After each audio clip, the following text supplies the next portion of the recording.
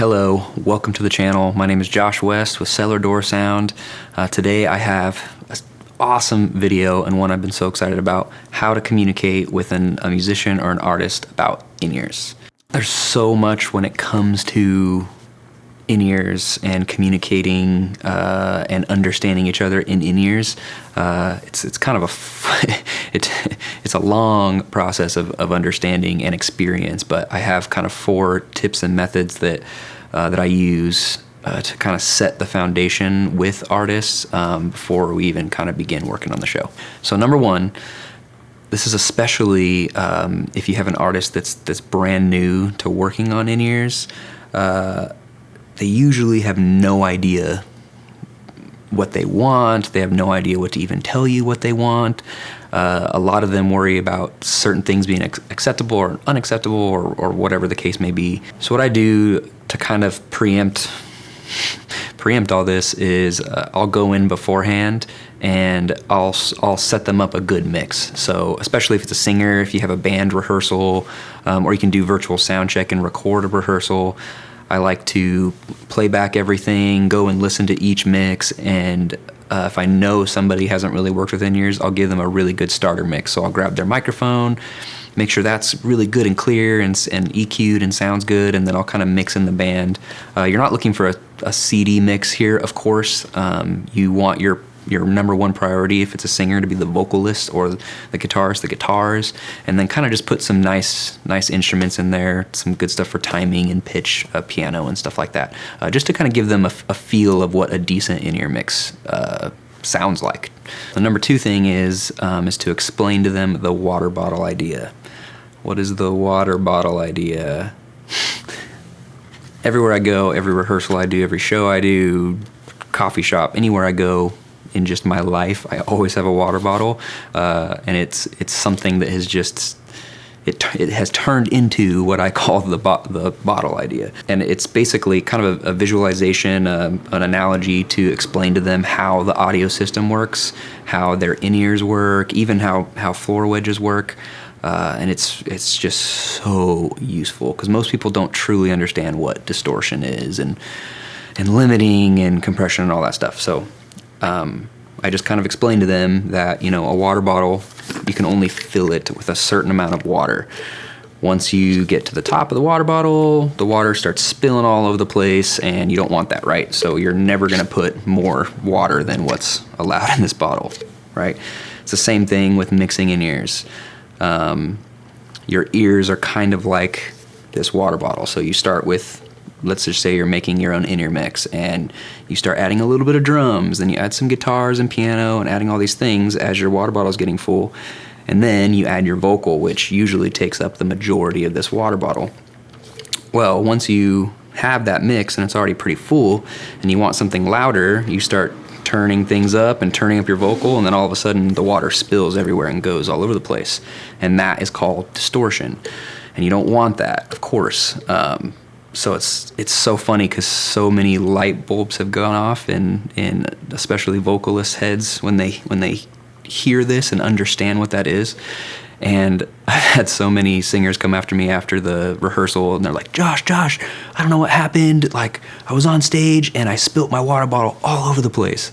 And it's just perfect because it gets a really good laugh, and it's light of the situation, and we can move forward and fix those things.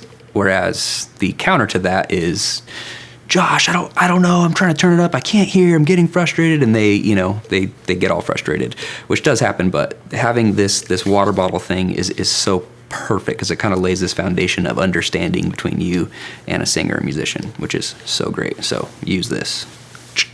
All right, so number 3, I always, in that pre-meeting, I always explain this to singers too, and throughout a rehearsal or throughout a tour or whatever, is that letting them know that it is okay to experiment. It's okay to turn some stuff up and turn some stuff down, and just be free in mixing your in-ears or letting an engineer know what you want.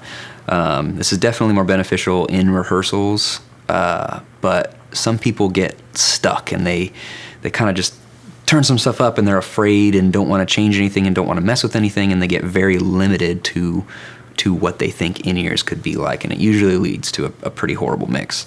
The most successful people that have done this, that have learned to really experiment and find out those little things that they like, man, they know instantly what they want in their in-ears, and they're confident, and that in itself is so powerful. So just a simple thing to explain to them. Number 4, listen. The majority of artists, singers, musicians, they don't know the audio language. They don't know the terms. They don't know what's really happening. They kind of know it from where they come from learning about music and learning about singing and stuff like that. So it's just crucial to just listen to them.